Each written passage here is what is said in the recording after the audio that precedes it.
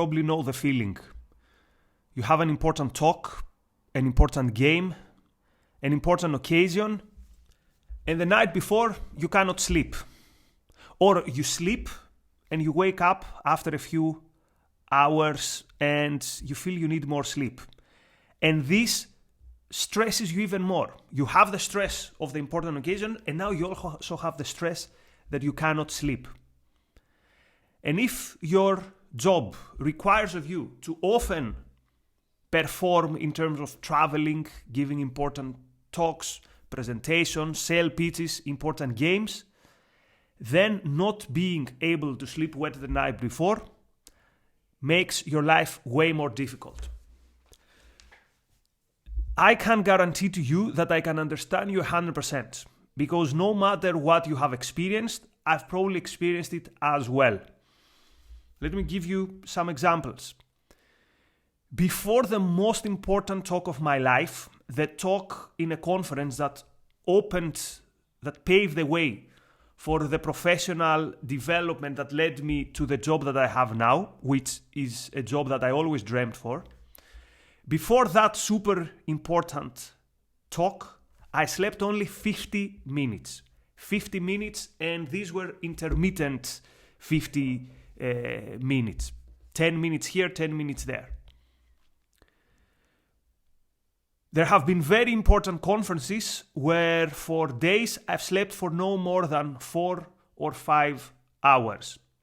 And I've had periods of my life, periods of change, periods of important things happening, that if I would manage to get 6 hours of intermittent sleep, I would be very, very happy. So whatever you have experienced, I have experienced.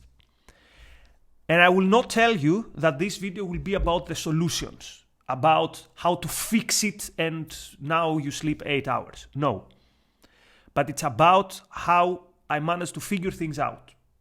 How I managed to not only live with it, but not making it such an important problem that would have an effect on my performance. Because again, as part of my job, I travel often, I have to give talks or presentations quite often. So if every time this would happen, I would have a horrible night's sleep, and if this would take over my life, then I would be a complete, then I would have basically to change profession. So, what happened the first time that I had this problem? And I will give you this as an example of what not to do. So there are some things that worked in terms of fixing this problem of not being able to sleep in important occasions. And then I will tell you what were the things that worked. So what didn't work? What didn't work was over-obsessing with this. So first time that it happened, back in 2018, I remember actually it was around the Champions League final, Liverpool versus Real Madrid. Don't ask me how I remember it. I remember it because, actually, I know why I remember it, because it influenced my whole life. I would wake up in the morning and actually not sometimes the middle of the night, and that's all I would be thinking the whole day. Again, I didn't sleep. Again, I'm not well rested.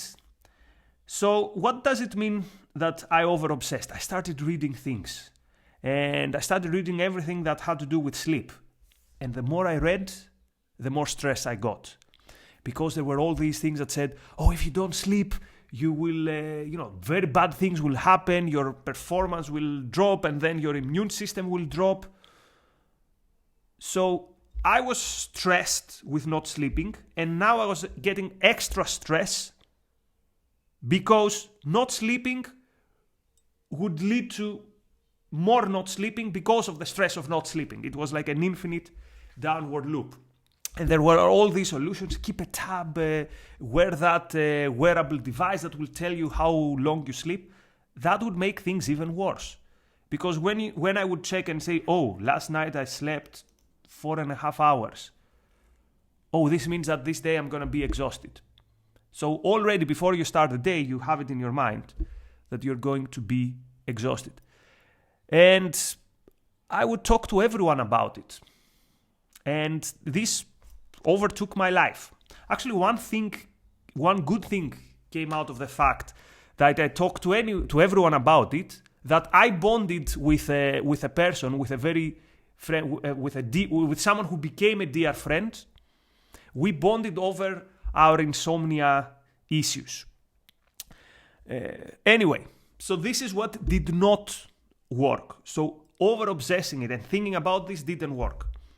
I even remember I was checking famous people who couldn't sleep long hours. I remember I read that Berlusconi, this former prime minister of Italy, used to sleep only 3 hours. He was saying, I have no problem around that.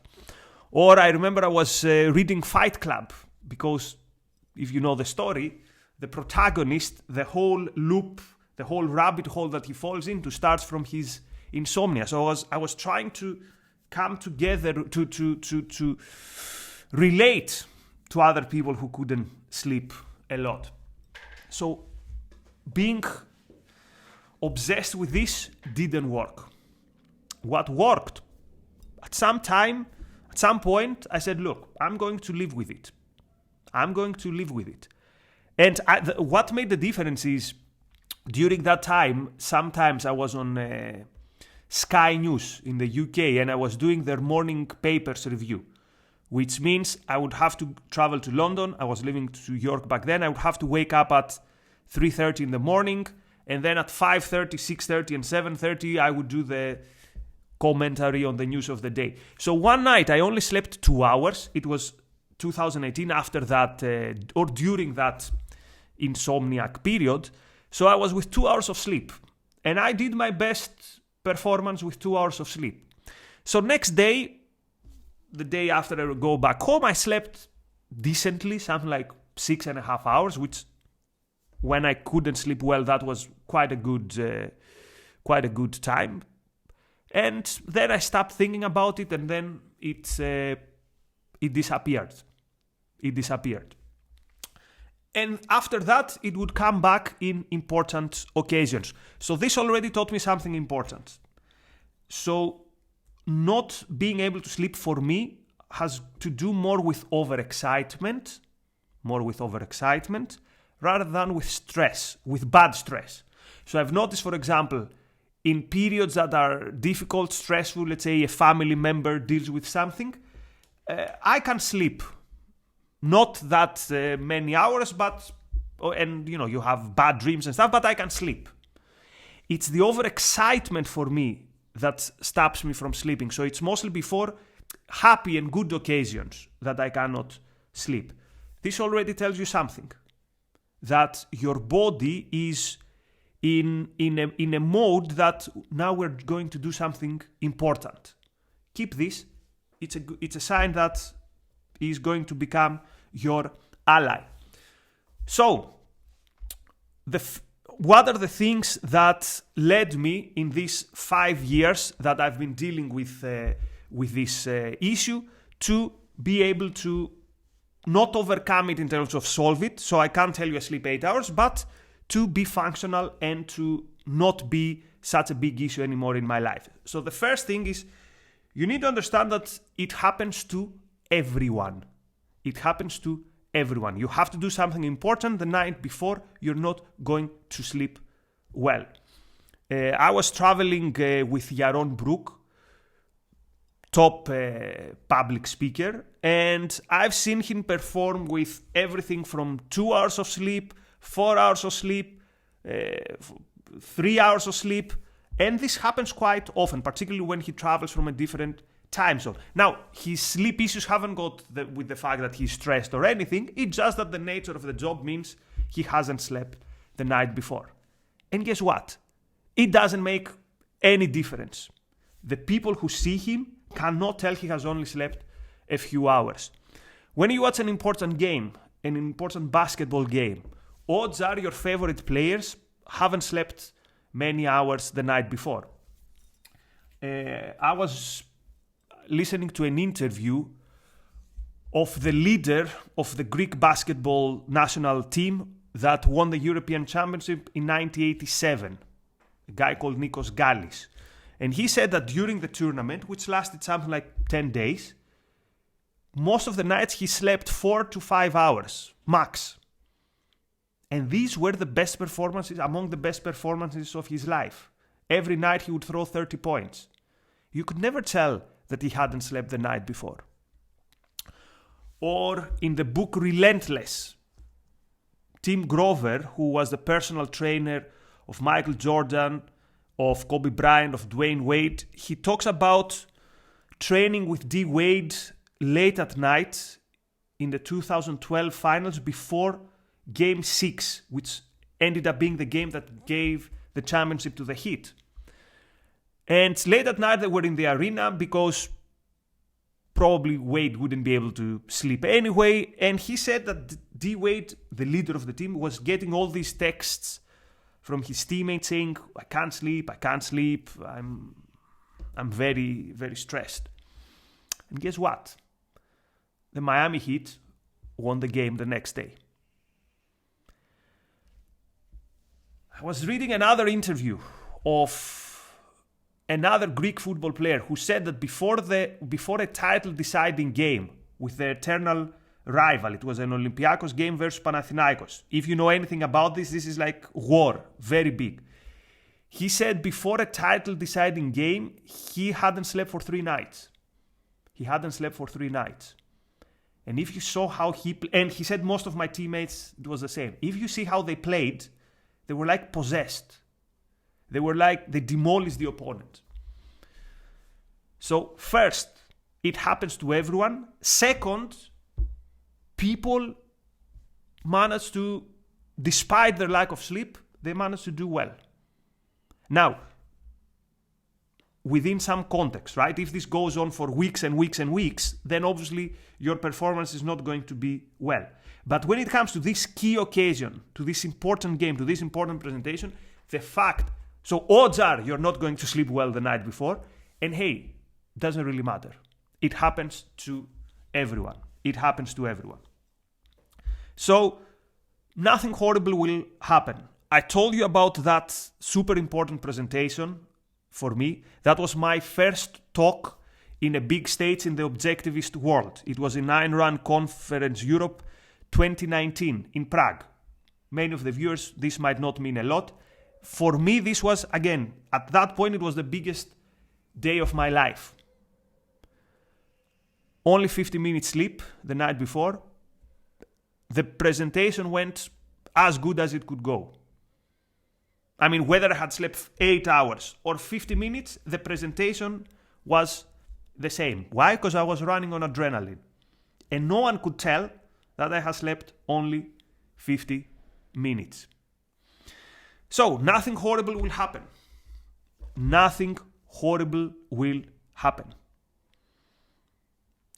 And it's not only me who says this. In one of the podcasts of Jocko Willing, he talks about a manual that was given to soldiers during World War II. So the US Army creates this manual and it gives it to the soldiers on how to deal in the battlefield. And there it talks about the issue of sleep deprivation. And at some point it says that if you haven't slept a single minute the night before, then the next day it's not a major issue. You will still be able to function. It gives some tips like move around, get the blood flowing, but day 1 it's not going to be a major issue. Day 2, so this night you don't sleep, next day, tomorrow, it's going to be okay.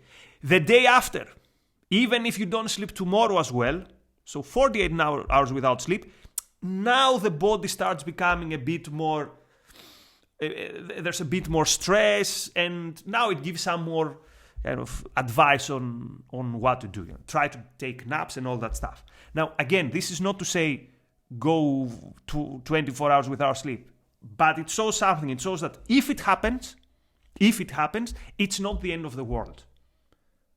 And odds are it will happen again. It won't happen every night. It might happen the nights before something important.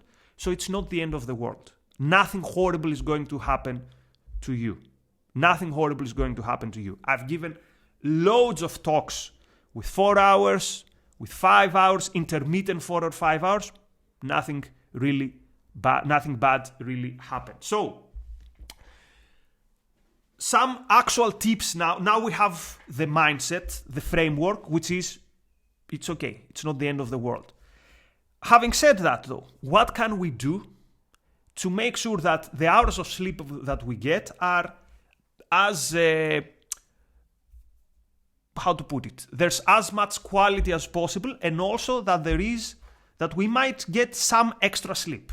Because even 1 hour extra, so instead of sleeping 2 hours, sleeping 3 hours. Or instead of 5 hours, 6.5 hours. This makes a huge difference, particularly if you're stressed about that.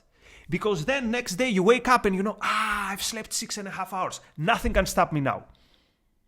So even 1 hour difference or 45 extra minutes of sleep can actually give you this boost. So here are some mitigating factors, particularly now we're talking about whether it's more than one night. So let's say you travel, and it's a conference or a tournament, and now you have to survive, quote, survive, with many days of low sleep. So, the first and most important thing, good lifestyle. Let me again tell you what the opposite would mean. In the early days when I couldn't sleep, my morning would be a lot of coffee. Particularly in conference, you know, you have the croissants, the cakes, the biscuits. So it would be coffee, sugars, and smoking. Because, you know, when you're tense, smoking supposedly relaxes you, or when you're sleepy, it wakes you up. That's the thing with cigarettes. They can have whatever effect you want them to have. But this doesn't last long. All this, the coffee, the too much caffeine, the nicotine, the bad carbs, the bad sugars, they actually make you even more tired and even more tense. More tired, more tense. That's a recipe for failure. So a good lifestyle. So last summer, I was in the Objectivist conference. In my world, this is the equivalent of the NBA finals, the most important days of the year. I don't think I slept any night more than 5 hours, except from the first night. Interestingly, if you work out after you travel, you sleep well. But all the other nights, 5 hours, sometimes even less. And yet I had no problem at all. Why? Because I was at peak physical quality, physical, how to put it? My body was nourished as it should have been. I was doing a low-carb diet these days, which means I wouldn't eat bad carbs. And nothing bad happened. I had very good energy levels. The talk went very well. Of course, the night before I didn't sleep more than 5 hours, but it's okay. So, good diet. Workout in the morning helped me a lot for 2 reasons. Actually, for 3 reasons. 1, it energizes you. 2, it gives you an answer to the question, what am I going to do early in the morning? So you wake up, let's say, at 5. If you can go and work out, now it's already 6:30 by the time you're done. You go for breakfast, you start the day. So it energizes you, it's good for you anyway, and it gives you an answer to the question, what am I going to do with my morning now that I woke up early? So for me, the usual thing is I sleep easily, I wake up very early. Working out early in the morning, if I figure out that I cannot sleep again, is something which is quite helpful. A second thing that you can do, go to bed earlier. Why? Because it gives you a buffer zone in the morning that you have more time to try to sleep again. So, let's say you go to bed at 1 o'clock and you're gonna wake up after 5 hours of sleep. Why? Because when you're stressed, your body cannot sleep more than 5 hours. 1 o'clock, 5 hours, you're up at 6. You try to sleep again, nothing happens, now it's 7. If it's a conference or like a sales speech or something, maybe you have to get up, you have something to do after like 8:30 or 9. So no time to sleep again. And also, when you open your eyes and you see it's 6, it's like, oh my God, I have only 2 hours. In these 2 hours, I need to sleep again. Otherwise, I'll go to this important day with only a few hours of sleep. And you don't want that. So, by going to bed early, even if you wake up, let's say I go to bed at 11. I wake up after 5 hours. It's 4 in the morning. Now, I have something like 4 hours to try and sleep again. So no reason to get stressed. I have plenty of time to try to sleep again. Even if I manage to sleep again after 2 hours, I'll get 2 more hours of sleep. Total, like what? 7 hours. That's excellent. That's great within the context of a stressful day. So leave some buffer, so some time where you can try to sleep again. And here we go to the most important tip for me, which was the most crucial tip that I found to fix, to improve my sleep. You've probably heard of melatonin and the thing that you take it and you sleep better. If I take melatonin before bed, before I go to sleep, it doesn't do much to me. But here's where it helps. I take melatonin, and of course, this is not medical advice, this is my experience. When I wake up. So, when I wake up and I know that it's too early and I should sleep more. So let's say again, I go to bed at 11. I wake up at 4. I want to sleep more. What do? I take melatonin then. I might fall to sleep again at 5:30. But then I will get 1.5 to 2 hours of more sleep because of the melatonin. Is it a placebo? Because people say melatonin takes time to work. Maybe. But I tell you what, this extra 1 hour of sleep or 1.5 hours of sleep, it's going to be very deep sleep. I know because I have very lucid dreams. And again, deep not in the scientific way, in the way that I experience it. So I have this this plan B, which also relaxes me more. So I go to bed and I'm like, look, either I'm going to sleep 7 hours. If it doesn't happen, I will wake up in the morning and I will take my melatonin and sleep a bit more. 8 out of 10 times it works. Now the thing is, if it doesn't work, melatonin might make you a bit groggy, your head might become a bit heavy. So then you'll need a bit more coffee or something in the morning. But most of the times, it works. That was for me the biggest difference, the game changer. So taking melatonin when I wake up and I need more hours to sleep. And of course you realize that if this happens at 7:30, like if you went to bed at 2 in the morning and you wake up at 7:30 and you have to be somewhere at 9, you cannot take melatonin there because you haven't got the time to fall back asleep and then have some extra sleep. That's why it's important, again, go to bed early.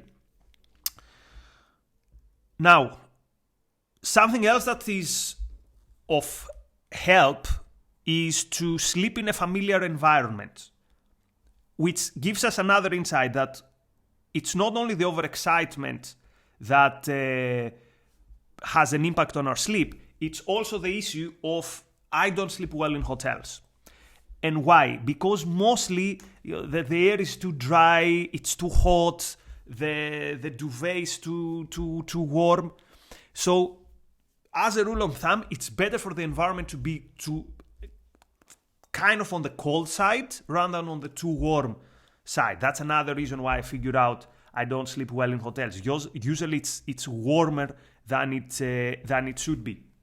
So the 3 mitigating factors: go to bed earlier, melatonin when you wake up, and good lifestyle. And also, another thing you could do, try to win the morning. What does win the morning mean? It means make the morning, okay, I woke up at 5:30, I will accept that that I'm not going to sleep again, but let's make the best of it. Let's do something from 5:30 till 6:30, for example, when the breakfast is open. That will be meaningful. Write something, go to the gym. So make this otherwise quote misfortune that you woke up early, make it an opportunity. And this leads us to a very important point. You can actually make your bad sleep an ally. You can reframe it as an ally. How can you reframe it as an ally? Again, why don't you sleep well? When it comes to me, it's overexcitement. So you can see it almost as a wink by your body telling you, now something important is happening. Again, in the book Relentless by Tim Grover, he says that Michael Jordan was telling him sometimes before important games, he was telling him, I've got butterflies in my stomach. And Grover told him, okay, make sure they're all directed to the same direction. Which means make it a motivation. Now, if Michael Jordan had issues before important occasions, again, everyone will have these issues. Or Jocko Willink, the Navy SEAL turned author and podcaster, one of the people I really look up to. He has said that sometimes before important occasions, he sleeps. I mean, he doesn't sleep a lot anyway, but he sleeps even less. And he says this gives him a bit of an edge that day. Like that day, you know that you're a bit more alert, a bit more running on adrenaline. I don't know what's the scientific explanation. Now, again, this cannot be a long-term thing. But for the important days, and usually the important days are once every week, once every 2 weeks, or for other people, once every month, then this can be your ally. I didn't sleep well, it's okay. It's my body telling me something important is about to happen. I will embrace it. And at the very end of the day, the more you think about it, the worse it is. The less I care about my sleep, the better I deal with it. Either I sleep more, or despite not sleeping more, it's not even I tell myself. Like, you will notice that quite often, it's not that you will feel actually sleepy the next day. It will mostly be in your head. That's why I don't wear any wearable. Like, oh, I only slept 4 hours and now my body functions will be, my performance will be what it is. There's no point in stressing about it. And again, quite often, at the end of the day, I was like, is this a day I went through only 5 hours of sleep? I couldn't tell. I felt okay, or I even felt good.